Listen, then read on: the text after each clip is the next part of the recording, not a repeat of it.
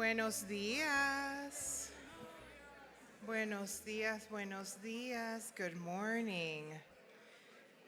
Welcome to day 3, our last day together. And I hope that you are feeling recharged. I hope that you are feeling energized.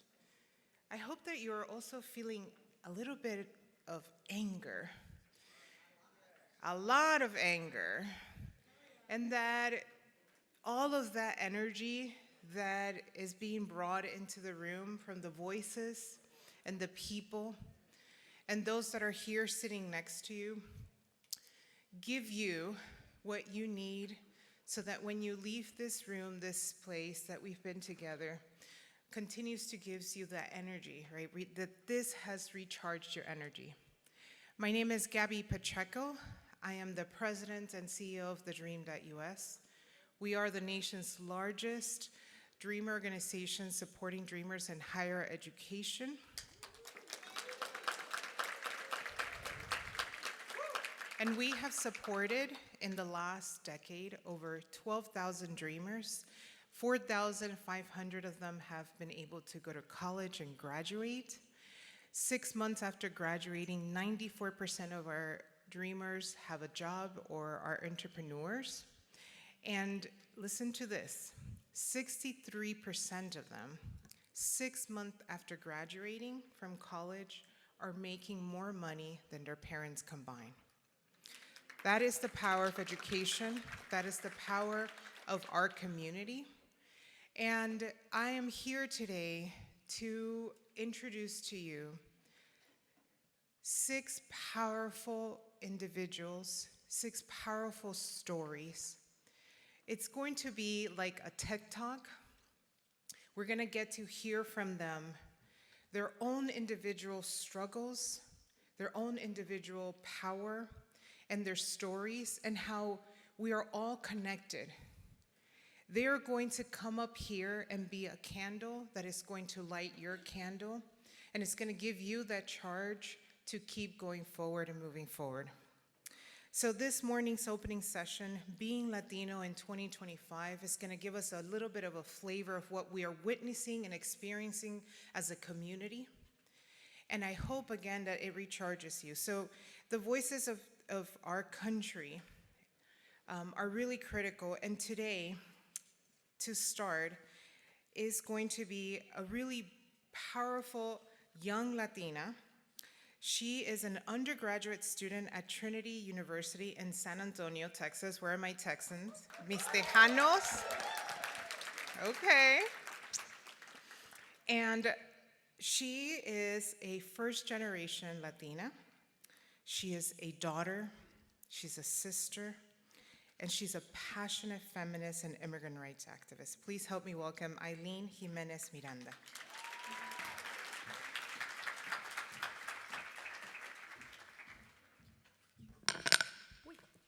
Hola, buenos días.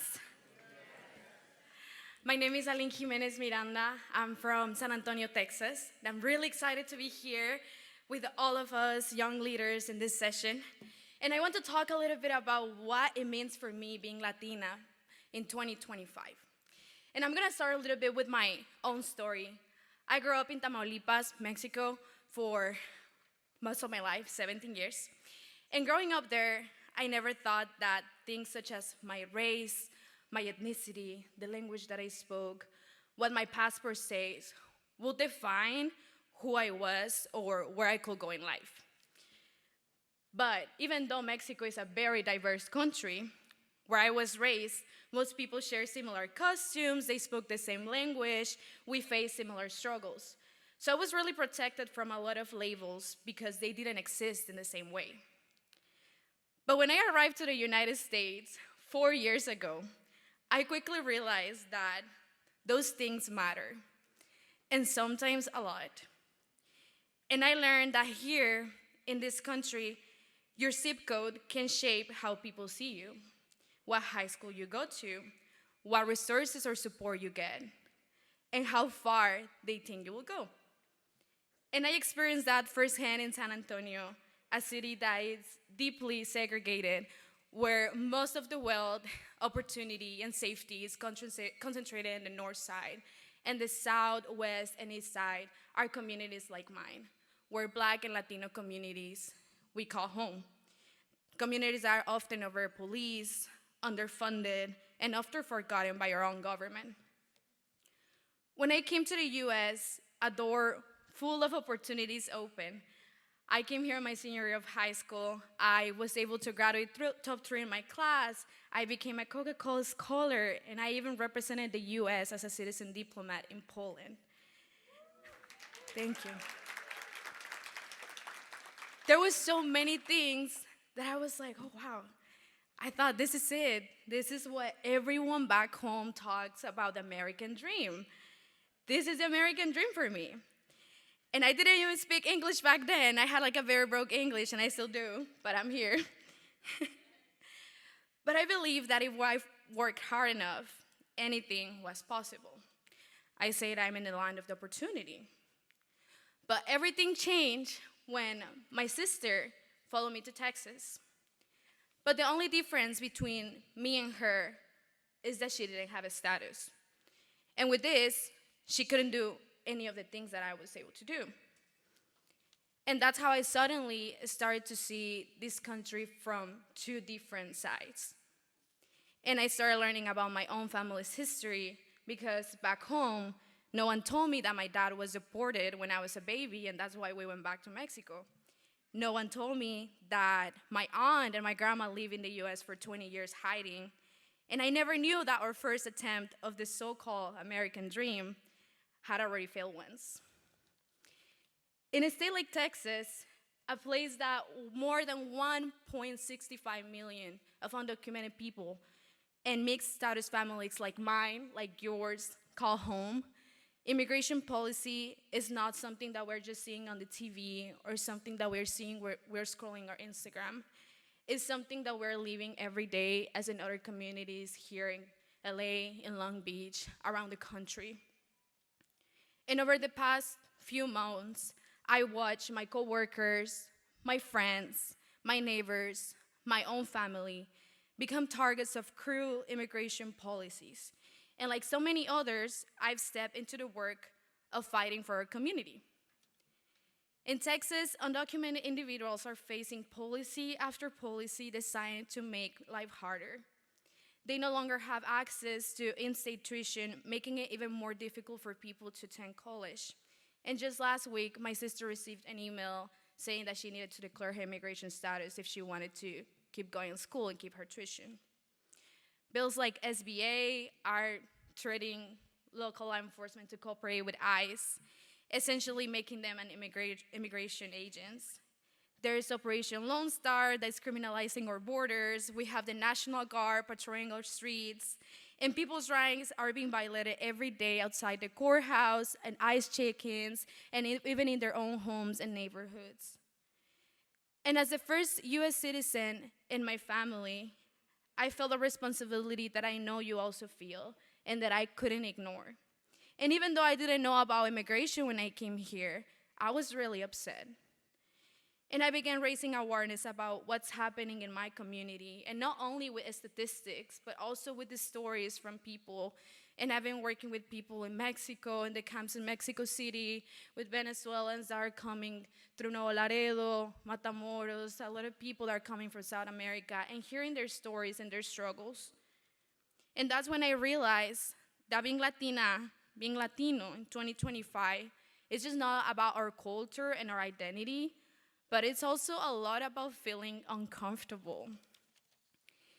And I felt it in the rooms that I walk into, in the faces of people when I speak, in the way that I'm looked at for the topics that I bring to the table, the way that I dress, the way that I carry myself. Because being Latina, being Latino today, means making people uncomfortable with the truth that we are all living, and then taking that discomfort and turning it into power. So to all the young people that are here, or the leaders that are here, por favor, let's keep raising our voices, let's keep sharing our stories and walking into every room, proud of who we are and where we came from, just as other speakers were talking yesterday. Don't be ashamed of where you come from. And let's keep challenging systems, inspire and disrupt everyone, everything around us, because change has never came from comfort. And if that makes people uncomfortable, then we're doing something right. Thank you so much.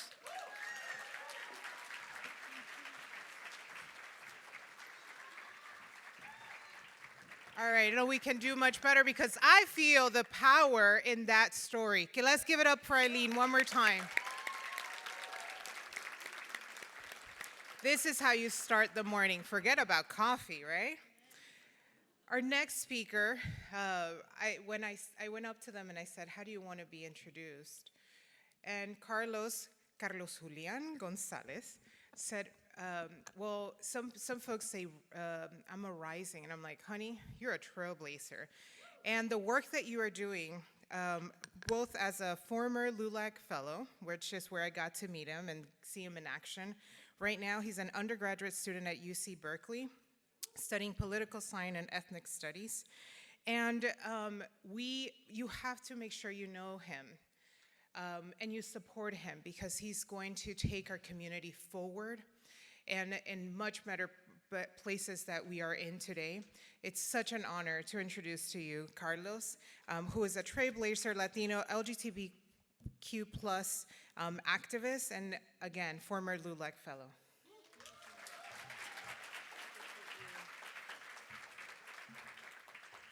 Buenos dias todos. How are we all feeling? Doing good, everyone? So excited to be here, everyone. It hits really home because, as Gabby mentioned, I was a former LULAC fellow. So everyone here who has put so much effort and time into this, I really want to acknowledge the fellows, the interns, right? Because as we see them staging, right, and walking around helping this, they're making this go, and they're putting their creative minds and brains into this. So I just want to really give a huge shout out to the LULAC fellow and interns, because trust, this work is meaningful, and it's granted me this opportunity to be here to share my story. So as Gabby mentioned, I am an undergraduate student studying political science and ethnic studies at UC Berkeley. Go Bears. Yeah, go Bears. And in school, I think that's kind of where I wanted to start. I wanted to start a little bit about the time I heard the election results when it happened in November. It was a really monumental time because I was with a group of friends and students, and we were watching the election results sort of in disbelief, right? We had this commotion going of our hopes and our dreams and our futures being told. But once we saw the numbers from Pennsylvania, Ohio, different states, we were like, there is absolutely no way. It was sort of a sense of seeing our future, but like in a flashlight, if it was being shined in your eyes. Because if we flash to today, we see the harsh realities that election cost us, right? We're seeing that, but as leaders in this room, we have to keep going, right? It's like a marathon. You can't all go at once, right? We have to keep going, and that's something that I've learned along the way. So I grew up in Santa Maria, California, in the Santa Barbara County. I grew up with such a resilient mother. Seriously, everyone, the person I am today is because a strong woman built me. A strong woman. Everyone, like, give it up for your mothers and families. My mom is so resilient, as every person is here. She has such a beautiful, lived, and resilient story that makes it worth being told. She's a survivor of domestic abuse.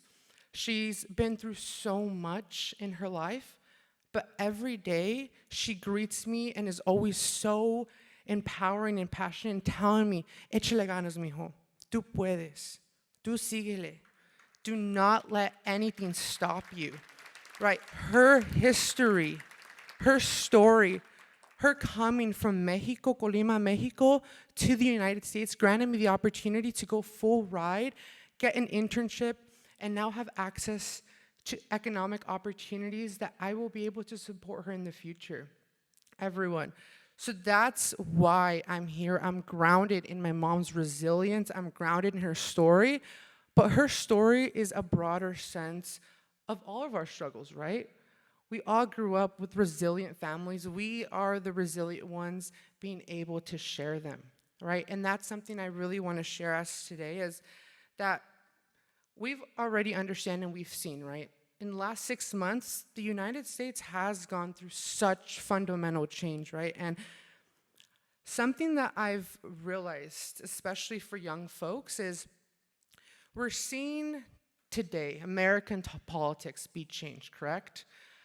But for young folks, I feel it's inspiring them to get involved into politics because they see how hard and real politics change lives, right? It's inspiring young folks to run for office themselves. And I can share that as a testimony because we see the real policies change so much.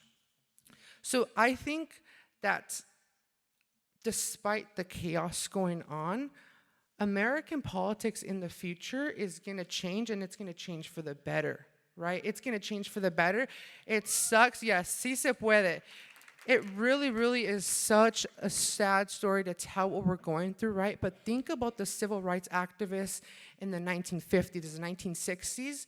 They would dream to be in the place we are if we have to keep going. We have to live up to their story and the hard fight that they fought for us to be in this room together, right? Being in this room together is such a privilege, and I'm so honored to be standing here to share my story as a Latino and LGBTQ plus activist, because I really want to live up to what my ancestors and everyone else fought for, so we can continue that story and continue luchando por ellos. So that's why I want to say that the hope is not an impossible dream, right? We see so many across even campuses, right? For students here, hopefully at your local campus, right, there's been so many student organizers already mobilizing so many youth, right, across nations. We're seeing this movement rise in America. We really are seeing this grassroots movement rise of youth leaders, right? Even high school students, everyone. I went back to my community and I was in an organization with the youth leader, me being a youth leader. But I was in an organization, and he reached out to me because he wanted to start a mass nationwide movement from Santa Maria, California, across the nation.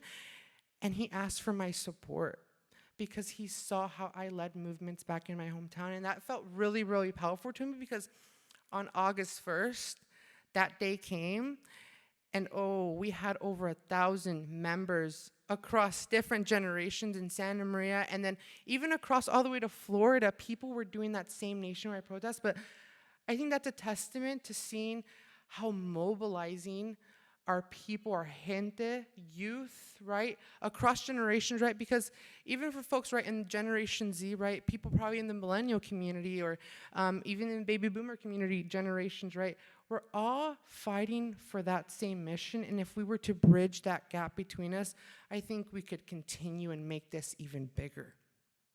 So I want to end off with the future is truly being shaped by the people who lost opportunities. But we refuse to lose their voice or their fights. These struggles will not silence us, they will sharpen us, everyone. And there's something that my hugest mentor and my advisor, Ms. Villalobos, would always tell me. She always emphasized, you're always doing hard work, but something special about you, Carlos, is it's like you're doing heart work because everything comes from the heart that you do, right? And that's something I want to leave you all with. You all are doing heart work, truly doing heart work. And I really want to end off with that because sometimes, right, especially as we've seen today, it can get so challenging, everyone. But truly leaning on your families, right? Especially as Alynn said, learn about your family history, get involved into local, state, federal politics, and start change on your campus, at your local community, because I think that's the real impact that you can make. So I thank everyone. I thank LULAC so much for having me, and hope you all have an amazing day.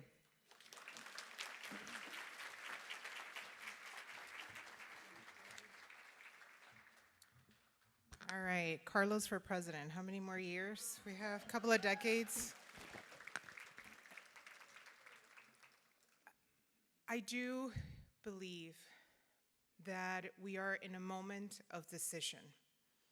We're at an intersection where we have to ask ourselves, where are we going to go next? What are we going to do? And it takes one step. Some of us, it's just a matter of using social media. Others have been using or knocking on doors for years, have been coming together in meetings, and have been lifting our voices. And through our stories, we've been weaving together the power that we have. It is such an honor to introduce to you the next speaker, who is her first time here at LULAC, who learned about LULAC through social media, and said, I want to be in a meeting, in a room with other Latinos. I don't know what I'm doing, but I know that I have to lift my voice and tell my story. And so I want to call now Mireille Lecourtois. She's a civil engineer. She's a STEM advocate. She's a DACA recipient. She's also an entrepreneur and a public servant. Please help us welcome Mireille.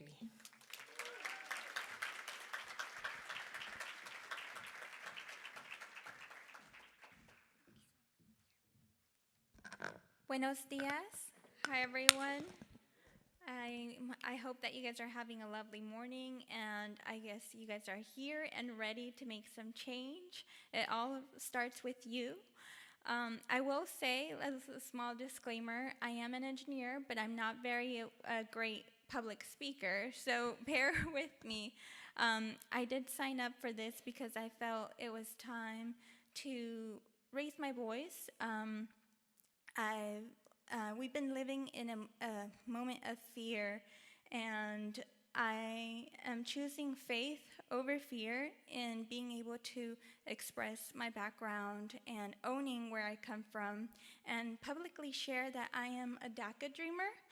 It has been a secret most of my life as I've progressed through college and my career, and I've just always kept that in the back of my mind because I didn't want that to limit my opportunity and my drive for a better future. So a little bit about me. I grew up in Mexico and I came to the United States when I was 6 years old. I've lived and I was raised in City Heights, San Diego, where the population of Latinos is a little bit more or close to 51%. And I grew up in a community where it's a very diverse community. There's a lot of immigrants from different countries, and I've always felt connected to my community. But in order to progress in life, I did have to leave my community for a time when I went to college. I went to San Diego State University, and I pursued my Bachelor's of Science in Environmental Engineering. For those of you who do not know, San Diego State University is a Latino serving institute, so I'm very proud to have attended San Diego State. But it is also very predominantly white. And when I stepped on campus, and this was back in 2014, I didn't see a lot of people that looked like me, especially in the engineering classes. And if I can probably count the number of Latinos in one hand that I met through my classes. And that is why I'm now a proud advocate for STEM. And STEM is science, technology, engineering, and mathematics. And I'm very proud to say that I'm part of the 2% of Latinas who are employed engineers. Thank you. And I'm also part of the 4% of Latinas who have a master's degree.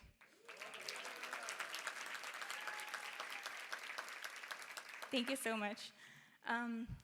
That being said, I feel like I've been able to get pretty far in life. I am now a water resource control engineer at the San Diego Regional Water Quality Control Board, where I serve the public. I'm a public servant, and I protect water quality so that when you go visit beaches in San Diego, you can feel comfortable getting in the water and knowing that you're not going to get sick.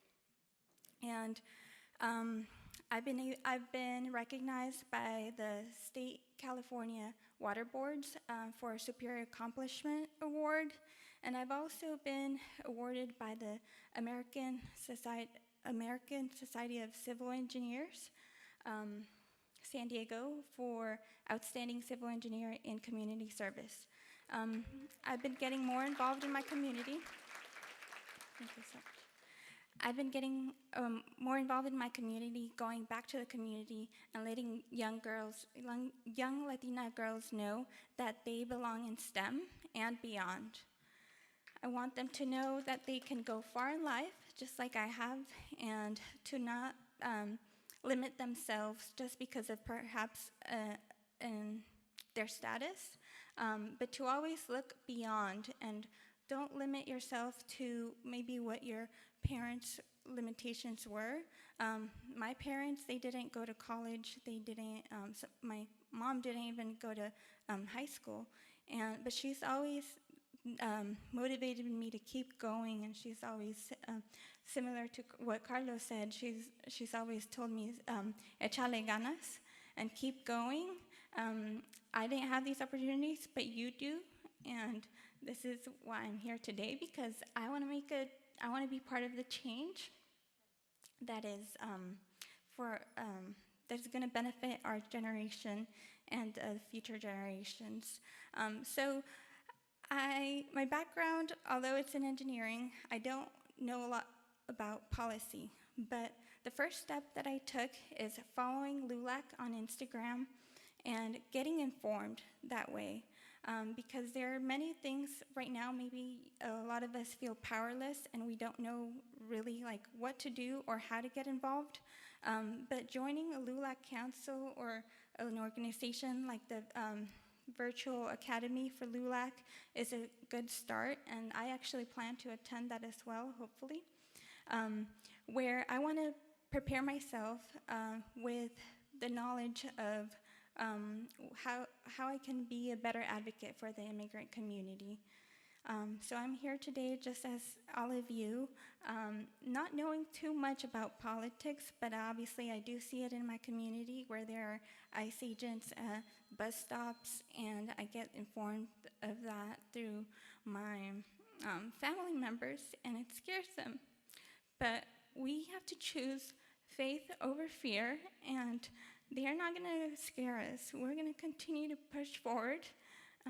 We've been through this administration in the past, and thankfully I've been able to still progress, and I know that all of you will still get far ahead in life as well. And I'm just looking forward to all of you doing more and seeing where you take our generation. So I just want to say I'm very proud of all of you for being here today as well. And thank you.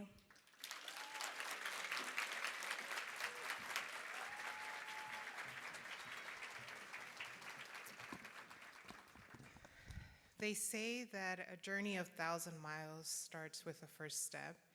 And Mireille not only took a first step, she took a first huge leap. And I hope that the wiser, older generation of people who are here from LULAC feel proud of what you have built. Feel proud that the newer generation of people are looking up and saying, I want to be involved, I want to be engaged, and they're coming here to LULAC to find their home. So I just want to pause and acknowledge all the LULAC members, those that have been part of LULAC for a year. Let's raise your hand if you've been in part of LULAC. Let's start with 1 year. Okay, that should be a lot of hands. 5 years at LULAC, 10 years, 15, okay, 20, 25, we've seen the proud people. 30 years at LULAC. Let's give a round of applause to all of the people that because of you we are here today. And I want you to know that this generation really owes, I'm here today because of that. When my friend Juan said, Gabby, I need you to come up to LULAC, I said, you got it. And he said, Gabby, can you do this? And I said, you got it. Because LULAC was there for me. If it wasn't for LULAC, I wouldn't have had the educational opportunities that I had when I was a young woman, as a young girl. So thank you to all of you. And here is in the living, in the presence, the stories of Mireille. Mireille is gonna continue to go far. For not being, she said, I'm not a public speaker. I'm an engineer. I know math. I don't know words, but I think she knows words pretty good. That was amazing. Thank you so much, Mireille.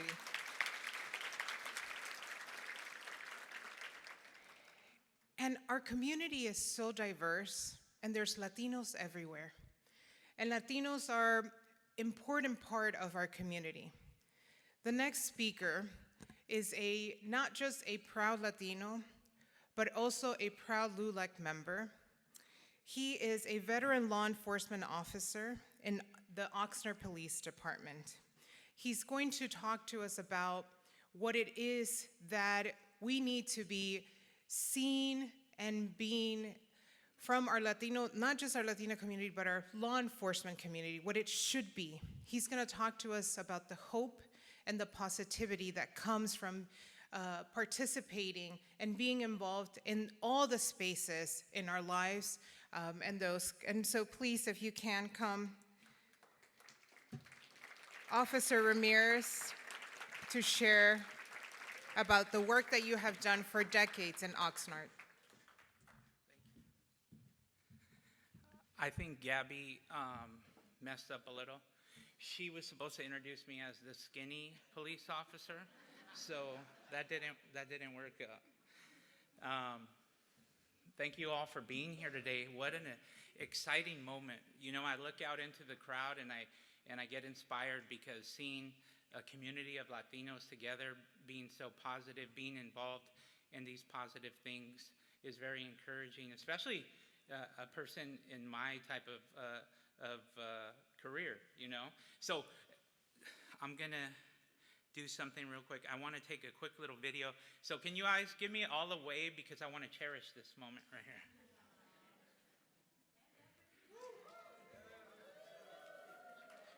Thank you, thank you. Thank you guys. And then I'm gonna post this all over and be so proud of you guys. But, so a quick little background of me, Steve Ramirez. I was born in the city of Oxnard. My parents were born in the city of Oxnard. My grandparents were from Oxnard as well, and from Pacoima. Any people from the valley out here? Okay. So my family goes way back, all the way to 1905 in the city of Oxnard, so we have a lot of history there. So I've been a police officer at the Oxnard Police Department for about 23 years now. Prior to that, I worked for the Ventura County Sheriff's Department for about 7.5 years. So I know I look probably like 20-some, but I have about 31 years in law enforcement, so it's a pretty significant time. So I've seen a lot, I've done a lot. I was also a commissioner with the city of Oxnard. And the reason I give you a background, and I love my city, I love Oxnard, but when I first started at the Oxnard Police Department, I sat around a table in briefing, and I was probably, out of the 10 or 12 guys there, I was there was probably only 2 Latinos there. And at that time, everybody else was white. That was just the makeup of our department. And I can remember many a times where the officers used to say like, hey man, tell your people to stop, you know, putting the music loud at the quinceañera, or tell your people to do this, tell your people to do that. And as a young Latino, I used to get mad, and I used to want to fight them, you know, like, my people, and blah, blah, blah, blah, blah. And now, 20-some years later, we have about a 60% change. So 60% of the officers are Latino, but that only came for people who were advocating. Yeah, give it a round of applause. And that only came from people who were advocating, whether it's the community or whether it was other officers or the people on top that made the change. And the reason why that's important is because we do want a law enforcement agency, the people who serve you, to be reflective of our community, right? Because my community in the city of Oxnard is 80%.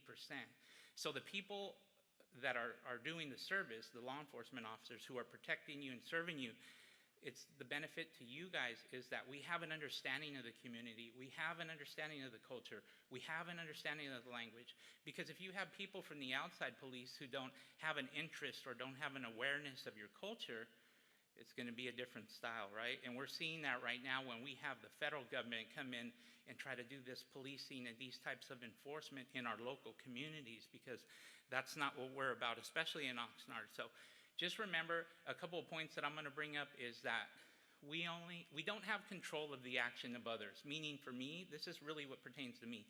I don't have control of the way that the federal government is coming into my local city and doing that type of enforcement.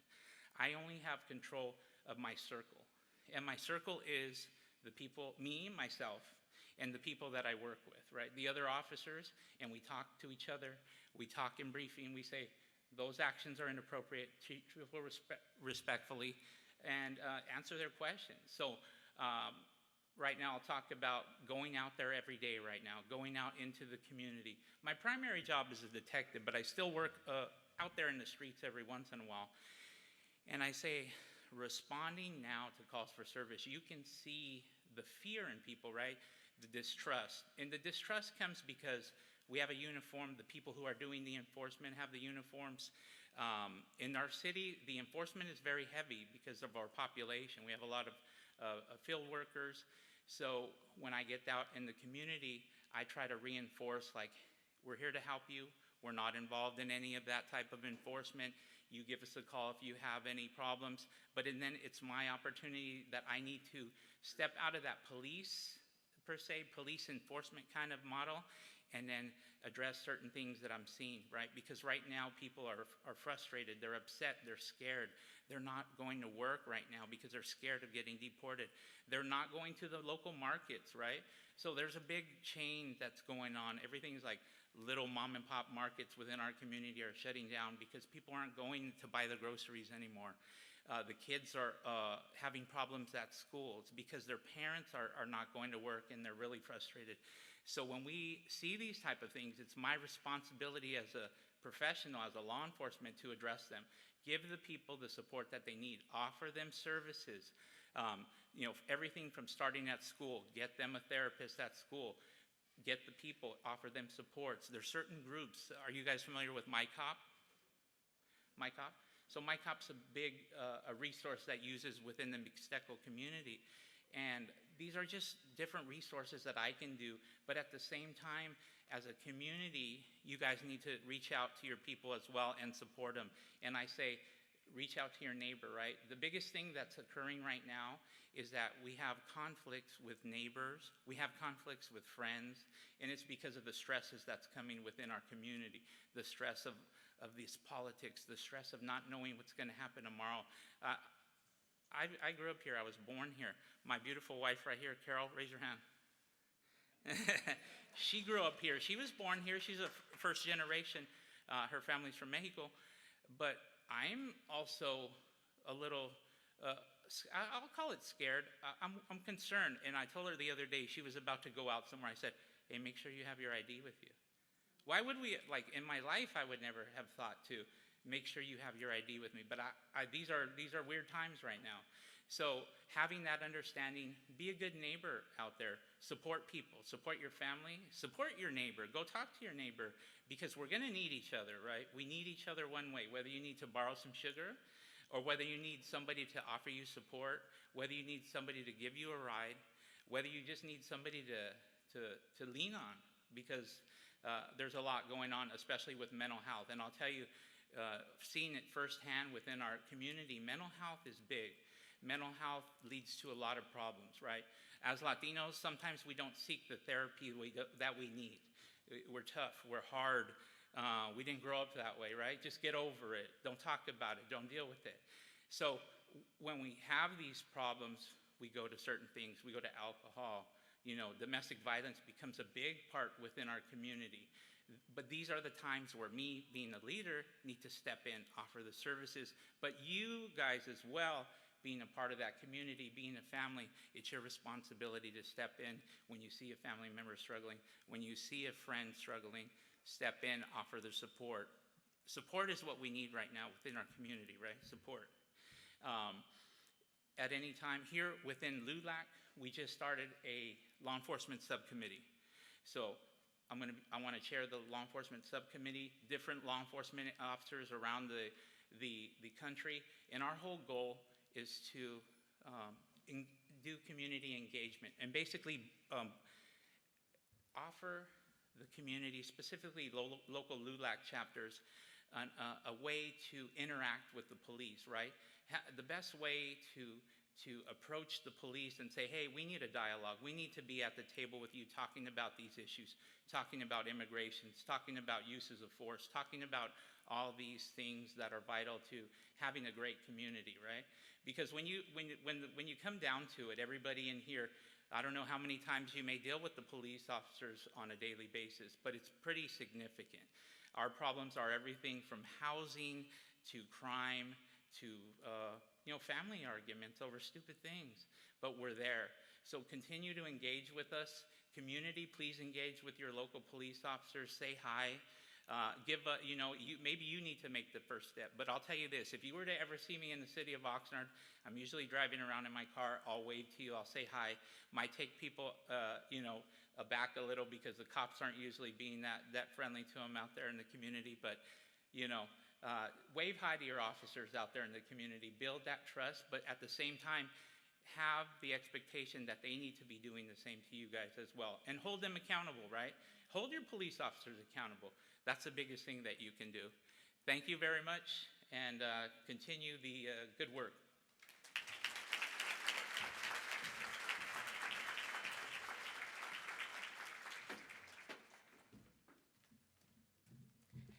Thank you. He's been exercising, so he beat me and left really quickly. We're finalizing this session, and the next person who's going to come up here is the epitome of bravery, and it's the epitome of having to now be the voice of somebody that no longer has a voice, but through her, she does. And it is probably something that no parent ever wishes to do.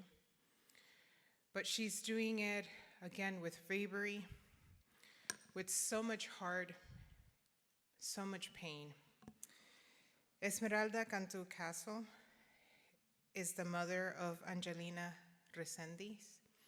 And today she's going to share with us her daughter's story and her plea to all of us to unite to ensure that her daughter, Angelina's story, does not go unnoticed. Please, welcome Esme.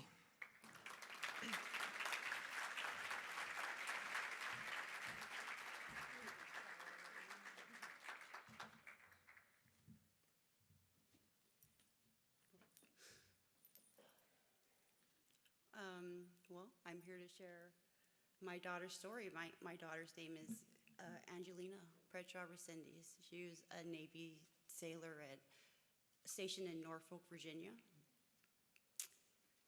She went missing for 12 days, and all the things that led up to her missing and her coming home is what I'm trying to speak about and advocate. So on May 29th, her friends reached out to me. They could not find Angie. She had reached out to one of her friends maybe 5 that morning and asked for them to come pick her up. They showed up to the location, and she wasn't there. Her phone showed that she was still there, so that they reported that to the base police, and the base police went looking for her, and the person that she was with, and they couldn't find her. So they researched, they found me, and asked me to call the command. And so I did. I called the command, May 29th, talked to a gentleman, asked for my daughter, and he knew who I was talking about. And he said that we found her. We found, Resendiz. She was in barracks with another sailor's barracks, and that she's okay. And I accepted that. I believed him. And, reached out to her friends, like, say, she's okay. Like, they found her. And his response to that was, you shouldn't believe it. The next day, she didn't show up to work, and I called and where's my daughter? Maybe she's AWOL is what they told me. Maybe she needs a break. No, my daughter doesn't miss work. She's scared to miss work. What do I need to do is what I asked. Like, what do I need to do? Who do I need to call? Who do I need to talk to find my daughter? And I didn't get any answers. I called her, her friends, and they already made the police report to the Norfolk Police Department, who the next day, the next day, this is on 29th. By the 31st, the Norfolk Police Department contacted NCIS and made the missing persons report. And by the first, NCIS contacted me about the missing person, that my daughter is missing. I already knew, and the questions that they were asking me were upsetting because she'd been missing for 2 days. And it's already been 2 days. Like, what are you asking me? Here she was with this person saw her last. Like, what do I need to do? And so their response was they received the message late. They got the report late, and this is where they're starting. Monday, it was the weekend. By Monday, they have not seen Angie. They had not seen the person that she was with last. And on Monday, the person that she was with last showed up to work, and she had not shown up to work. And so, and at that point, like, all communication with me stopped. They had all the sailors that were, had information sign a type of non-disclosure agreement not to share information or speak with me about what was happening. So it got very quiet. And the only people that, were calling me were the investigators and asking me questions and not answering my questions. And so by Wednesday, I was in Virginia trying to get answers. And the only answers that I really received from the Navy was if NCIS declares her missing, then the Navy will respond with declaring her deceased and discharging her from the military. And my understanding to that was that means that they're no longer responsible for her, and they're no longer responsible for finding her. And so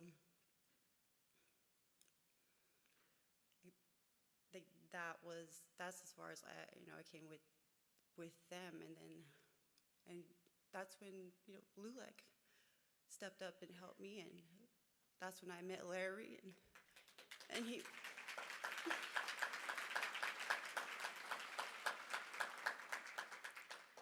and Anna Luisa and everyone involved, and he moved mountains. He had me in DC, congressman after congressman after congressman after congressman, senator after senator, press conferences to get the story out. And right now,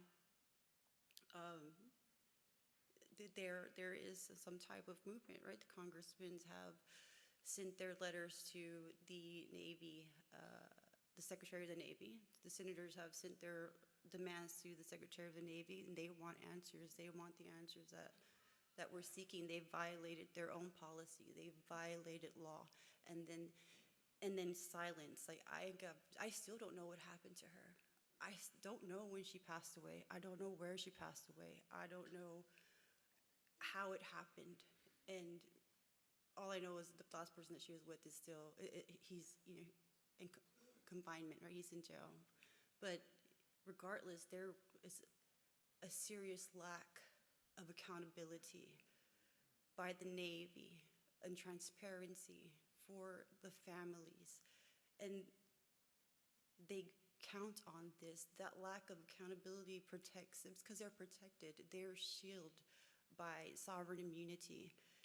They can do and say whatever they please, and it doesn't reflect on them. It doesn't come back on them. And that is what the next step is for me, like that next goal for Angie, right? Because I'm still, as me, I'm just still trying to help my kid. Like, this isn't done yet. All the way to the, when they sent her back to me, the way they sent her back to me was as if the way they found her. It's like they found her in the wooded area, and they put her in a bag, and as she was, and sent her home just like that. And, no one has any answers or responses for why she's treated like this, why this continues to happen. This is a pattern, and it's a practice, not just in the Navy, the entire military. This is ongoing, and for me, the only thing I see in it is they're protected. They're protected by Congress. Congress is the one who maintains this military. They fund it, they regulate it. And if they're misbehaving, the only real oversight would be Congress. They control the military. And since the military continues to behave this way, to act this way, to treat our service members this way, who are, the people, right? And Congress has the power to make it right. And there are solutions and there are avenues for change and reform that would benefit all. Maybe not Angie anymore, but this can't happen again. Like this, her loss is a tragedy, and it was absolutely preventable, and it cannot continue. There cannot be any more, missing service members, service member being killed by other service members. I mean, these are the people that we're trusting to protect us, protect our country, and they can't protect themselves. We have no idea what's going on these bases. We have no information. The public is not preview to anything that's happening, and there has to be a bridge between us and what's going on those bases, what's going on with our families, with our children. They join to serve because they want to protect our country. They love this country, and when your children, they sign on and you become more patriotic, like, hey, I believe in you. This is what you're gonna do. I'm gonna support you. I have a flag in my front yard because of my baby, and I can't look at it the same. And I really do want to believe that when she did join, it was because of honor and duty and service to country. But that's not how she was treated. And as of right now, as the investigation continues, and as Congress is pushing for answers, they are currently looking for more incidences of these types of situations because they are quiet. People are silenced. And it's time now to speak up. There are legislators and lawmakers and powerful people ready to listen and help and reform and making the changes that need to be changed. And change is a good thing. Accountability is a good thing. It protects us, it protects them, and it's progression to make things better. I mean, I can't imagine. Well, I can imagine a military where our people feel safe and they feel protected and they feel secure, the confidence that would come out of that, the things that we could do with that type of energy.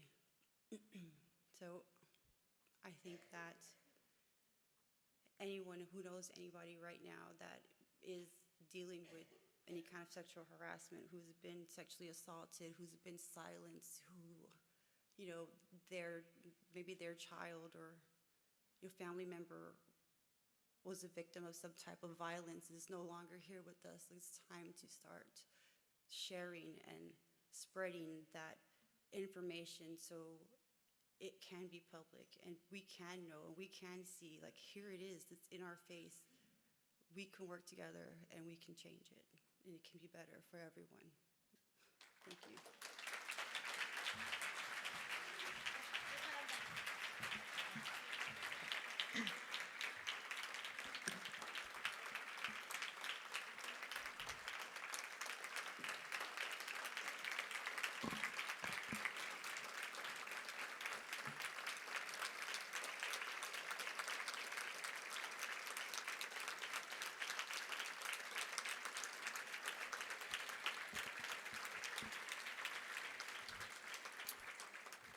Esmeralda, you should never have to carry this grief alone.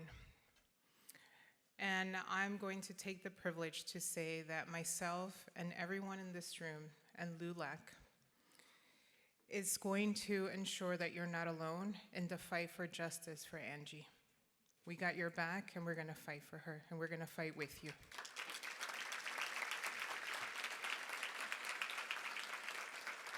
So I just want to end by saying thank you. Thank you for being here today. Welcome to those that just got here. As we close out this powerful gathering, I want to leave you not with a whisper, but with a roar. A collective roar for justice, unity, and undeniable strength of our community. Throughout today, we have been reminded of something essential, that when we come together, con corazón y coraje, we are unstoppable. Alynn reminded us what it looks like to use your privilege not for comfort, but for courage, to stand up for your family, your roots, and your comunidad. Carlos showed us what this work looks like. This movement is not going to be easy. It's going to be exhausting. It already is very exhausting. But if it's done with love, if it comes from hard work, it's going to transform that pain into progress. Mireille reminded us that you don't need to hold a microphone every day to speak the truth. Your voice matters, even when it quivers, because courage isn't being fearless, it is being faithful. Steve gave us a rare and honest example of what law enforcement can be grounded, and that is in humanity. He reminded us that to protect each other, we must do it as a comunidad, and that we also must protect our mental health. We cannot pour into our communities if we're running on empty. And Esmeralda, you taught us what it means to turn unimaginable pain into purpose. As we said, your fight is our fight, and your daughter's voice is the fight for all of our daughters.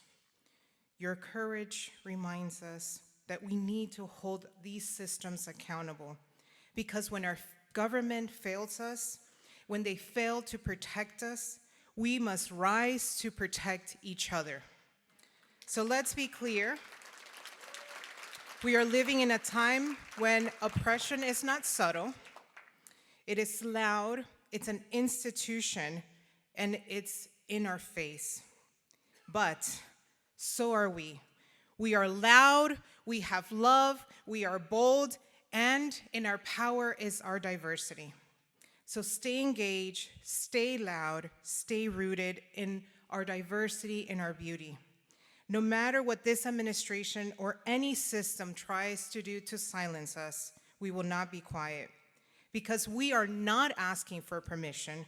We are demanding what is always what we have deserved and what we deserve: dignity, justice, and a future where every single member of nuestra comunidad can thrive. Thank you so much.